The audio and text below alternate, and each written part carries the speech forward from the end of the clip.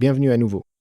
Ceci est la dernière vidéo du chapitre 18 sur les régulateurs, où nous allons explorer comment fonctionnent les régulateurs mentionnés précédemment à travers des exemples concrets. Avant de commencer, il nous manque encore une chose concernant notre connaissance des régulateurs. Que veux-tu dire exactement, s'il te plaît? Jusqu'à présent, nous avons appris les concepts de base, examiné les schémas blocs et les fonctions temporelles, mais nous ne savons toujours pas comment régler les régulateurs.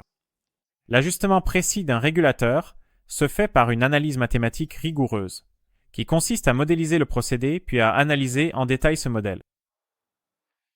Nous examinons les propriétés des formes d'ondes de sortie pour une entrée donnée, puis nous résolvons le problème, ce qui conduit dans la plupart des cas à un problème d'optimisation par ordinateur. Pour les systèmes de régulation en série comme le PID, le problème de réglage signifie que nous devons trouver les valeurs appropriées pour les paramètres Kp, Ki et Kd.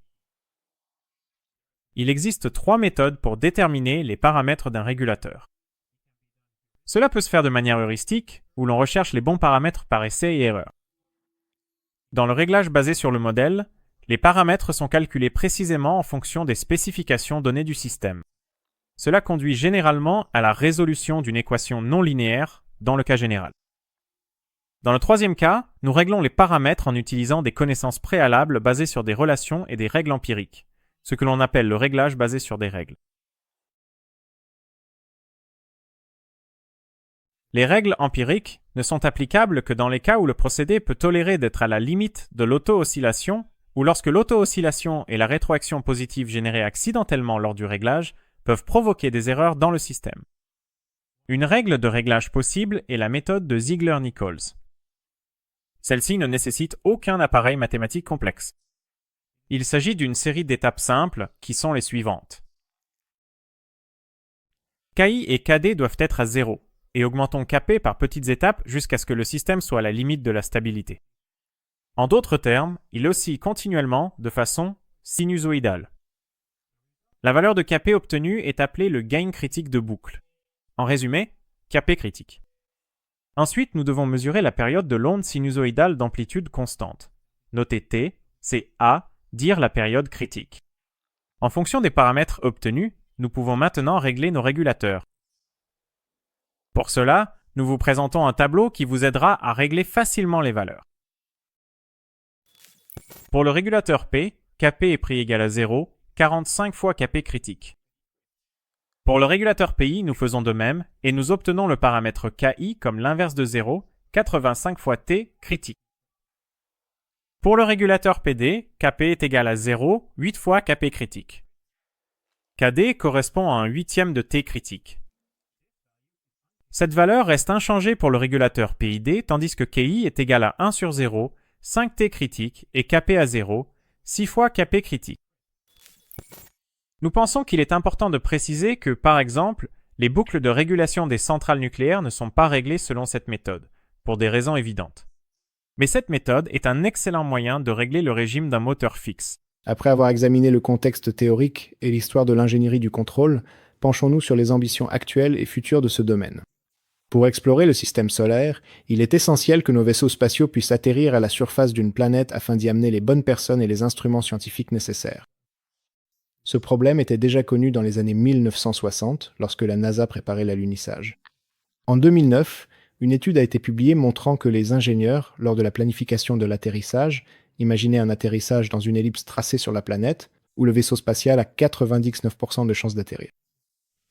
Lorsque la NASA a envoyé la sonde Mars Pathfinder sur Mars en 1997, l'ellipse dans laquelle il s'attendait à atterrir avait un axe principal de 150 km de long, ce qui n'est pas un résultat encourageant, bien que l'axe principal de l'ellipse, calculé pour Mars Curiosity, qui atterrit en 2012, ne mesurait que 20 km. Cela représentait encore trop d'incertitudes. Cependant, la question demeure. Comment SpaceX a-t-elle réussi, depuis 2015, à lancer des engins spatiaux qui reviennent et atterrissent sur un navire d'une superficie de près de 5000 mètres quadrats? La principale différence entre les deux types d'atterrissage est que les rovers martiens utilisent des parachutes, tandis que SpaceX utilise des fusées pour l'atterrissage. Le mouvement des parachutes est difficile à estimer, tandis que la tâche du contrôleur de la fusée est simple à décrire mais complexe à réaliser. Planifier un trajet optimal jusqu'à la ligne d'arrivée sans tomber à court de carburant. Ce n'est pas une tâche simple non plus, mais il faut aussi prendre en compte la limite de temps. Le système de la fusée doit calculer cela avant de manquer de carburant ou, dans le pire des cas, de s'écraser au sol. Pendant le processus de contrôle, la fusée réagit au changement de l'environnement qui modifie sa trajectoire, appelée dispersion, que les ordinateurs de bord utilisent pour recalculer cette trajectoire afin que le missile atterrisse toujours avec un haut niveau de certitude dans la zone cible. Une autre application moderne du contrôle PID est le pacemaker, également appelé régulateur de rythme cardiaque. Il s'agit d'un implant nécessaire en cas de dysfonctionnement du cœur. Le pacemaker se compose de deux unités fonctionnelles. La première est le circuit de détection, qui capte le rythme cardiaque et la fréquence cardiaque du patient. La seconde est le circuit de sortie, qui envoie des signaux électriques aux muscles du cœur. Ce signal électrique est utilisé pour contrôler la fréquence cardiaque du patient. Normalement, les petites impulsions électriques générées par le pacemaker permettent de maintenir un rythme cardiaque régulier. Cependant, en cas de trouble cardiaque grave, l'appareil doit être réglé pour générer des impulsions fortes et contraignantes en cas de problème cardiaque, ce qui aide le patient à retrouver un rythme cardiaque normal. Le contrôle du rythme cardiaque peut être réalisé à l'aide d'un régulateur PID. Le schéma bloc simplifié est le suivant. Le circuit reçoit son signal directement du cœur. Ceci correspond à la fréquence cardiaque actuelle et est représenté par Y. R est la fréquence cardiaque souhaitée, celle que nous voulons transmettre au cœur, et c'est ainsi que nous avons notre circuit de contrôle. Les paramètres de ces régulateurs peuvent être ajustés à l'aide de la méthode de Ziegler-Nichols, et c'est un peu plus précis et efficace si un réseau de neurones est utilisé pour régler le PID. Dans ce cas, le réseau s'adapte mieux au contrôle de la fréquence cardiaque, ce qui se traduit par un dépassement moindre, un temps de stabilisation plus court et un temps de montée plus rapide. Nous avons vu une fois de plus que la régulation est présente dans de nombreux domaines de la vie et qu'elle est essentielle pour qu'un système fonctionne de manière autonome et avec un minimum d'interférences extérieures. Comme nous l'avons vu, de la conquête spatiale à la technologie médicale, il existe de nombreuses applications pour ces régulateurs. Dans cette partie du programme, nous avons exploré la science de l'ingénierie du contrôle, et en particulier le contrôle en boucle fermée. Nous avons appris les différences entre le contrôle en boucle ouverte et en boucle fermée. Nous avons vu quels paramètres sont utilisés pour tirer des conclusions sur le régulateur, et vous vous êtes également familiarisé avec le concept de stabilité. Les régulateurs P, PI, PD et PID ne nous sont plus étrangers, et nous connaissons aussi leur méthode de réglage.